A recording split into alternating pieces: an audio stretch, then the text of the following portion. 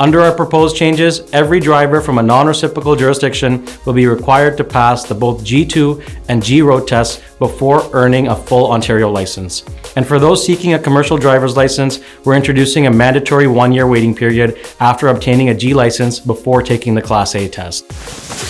All right, welcome to the Golden Belt Buckle podcast. We are going to be talking about some new legislation that's coming, that's already passed. It's going to be put into effect, I think, at the start, like January 1st next year. And I just want you to know, before we go on, if you do me a favor, if you like the content after you're done, like, comment, subscribe, hype the video if you don't mind. I'm just going to say, it's really frustrating. You know, I'm opening YouTube today, and I see all these videos going on about the havoc that's about to be unleashed on Canadians January 1st. Like, woo, there's going to be some major legislation that's just going to destroy our lives. And then I watched some of these videos, and there's one in particular, I think it was probably the worst one, but I was kind of jealous. He had about 111,000 views from terrified Canadians thinking that their lives were going to be destroyed. And most of what he was saying, I had to take it and fact check it. And yes, I used AI. I took what he said. I went to multiple AI, 3 different AI platforms to fact check what he was saying. And some of it sounded like BS to me when I was listening to it because it was an AI video. And what it turned out to be was a mixture of stuff that's already in effect, right? Some of it's just outright BS. And you know, so I'm a bit jealous because I spent half an hour trying to find a quote, a very important quote that had to do with what we're going to talk about here. And then I get thinking, why bother? You can get 111,000 views for peddling nonsense, some AI nonsense, so the people that didn't even just get an AI bot to generate your video for you. I'm in the wrong business. I don't have a business. But anyways, so but this quote was very important because if what I was reading is true, and it turns out it is, this could be a major, it could be a major roadblock for the LMIA fraud, for the Driver Inc. fraud, for immigrants coming over, that whole pipeline, right, where they just take them right off the boat, put them in a truck, and send them on our roads. So the only one I really care about, there might be others, but for us in the trucking industry, it's Highway Traffic Act. It's an amendment to the Highway Traffic Act. It's a section that is being added, and we're going to read that, and then we're going to react to it. We're going to get into this and get out of here really quick. So 5.5. So this is Schedule 5, Bill C-60, an amendment. Says the minister may require as a condition for considering an application for the issuance or renewal of or any change to a license, permit, or certificate under this act that the applicant, in addition to fulfilling any other requirement imposed under this or any other act, provide evidence satisfactory to the minister that A, the person is a resident of Ontario, so make sure you have all your records. If you came here, make sure you have all your records. Keep everything. B, the person's presence in Canada is in accordance with the laws governing a person's legal presence in Canada.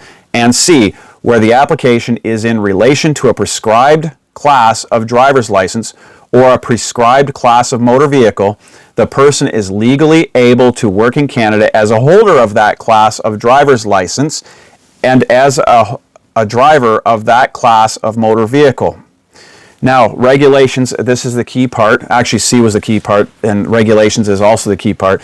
The Lieutenant Governor and Council may make regulations prescribing classes of driver's licenses and motor vehicles for the purposes of Clause 1C. That's the section I just read. So this right here, let me just tell you what I was reading and why it was frustrating me. I'm reading articles that are claiming that within this bill, there's a quotation, because they claim from the bill, normally credible sources are saying that in this bill, it's stated explicitly that anybody coming here from a country that does not have a reciprocity agreement with our licensing, that they will have to have a minimum 1-year driving experience on our roads in Ontario before they can go get their AZ. That's what they were saying, and so they're saying it's in the bill. It's in the bill. It doesn't say anything like that in the bill. There's no quote. This is all it says in the bill. It says that the Lieutenant Governor and Council may make regulations prescribing the classes of driver's licenses and motor vehicles for the purposes of Clause 1C. So the significance of this bill is that it opens it's how it's going to be. It's how it's going to be enforced. The Lieutenant Governor and Council is going to make regulations on what types of licenses will be prescribed and who can drive them. And from it's the politician, his name is Hardeep Greenwal. He's the assistant to the minister. According to him, I'm going to play his video if I haven't already played it in the introduction. According to his video, he's saying the way this is going to be implemented is that everyone coming from a country where there's no reciprocity agreement is absolutely going to have to go through the graduated licensing system. They are going to have to pass a G2 and they're going to have to pass their G, and they have to have a year's worth of driving experience on our roads before they can go and get their AZ. So that's important because when you talk about, we have talked about the LMIA abuses, the driver inc abuses ad nauseum on this channel, and this here will be disruptive to that pipeline because employers who want, we've already talked, they want to make a quick buck, or consultant agencies, you know, they sell services that just happen to be $40,000 or $50,000 to people coming over from India, and then they take them, when they get over here, they have an employer-specific permit. The LMIA belongs to that employer, the permit belongs to that employer. They show their letter of authentication claiming that they have been driving for 5 years. Our government honors that. They say, yeah, you can drive, and they go right into trucking school. So there's this never-ending pipeline of hopefuls coming over to Canada with possibly no driving experience whatsoever, going right into a truck, going right onto our roads, and then we're not shocked when mayhem erupts. So what this is going to do, this is going to disrupt that pipeline. And that's important because, look, when you come from a culture, I'm sorry, but my wife's been to India. She sent me some footage. I mean, you can watch YouTube for all the footage, but she's been to India. She showed me some footage. It looked like organized chaos. It was worse than a beehive, because at least in a beehive, the bees know what they're doing, right? Here, it's just accidents. It's people cutting like each other off, and even one commenter said, "Yeah, on one of my videos, say, yeah, we expect there to be trouble. That's why we have to really pay attention." In India, it's normal to just pay for your license. You don't even go for a road test. You don't go for any test. You bribe, or you pay a fee to the driving school or the license bureau, whatever their version of it is, and they give you a driver's license. And then you can hold on to that and then just tell our government, yeah, I've been doing it for 5 years. Can I go right into trucking school? So that's that. That's what this is going to curb right there. And then my concern with it, and I would like an answer on this, because this is where I'm going to cut the video off.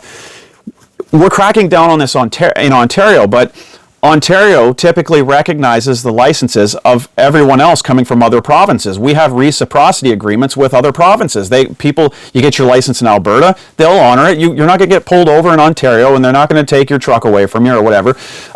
We honor that. So is this legislation actually going to crack down on this, or are these people just going to simply start immigrating to different provinces, getting their licenses in, say, Manitoba, and then just driving to Ontario, right? That's the question I got, and maybe I'm ignorant about it. I apologize. So this is the legislation. To me, this is a big one. Anyways, that's all I got this time. Till next time, cheers. Keep the rubber side down.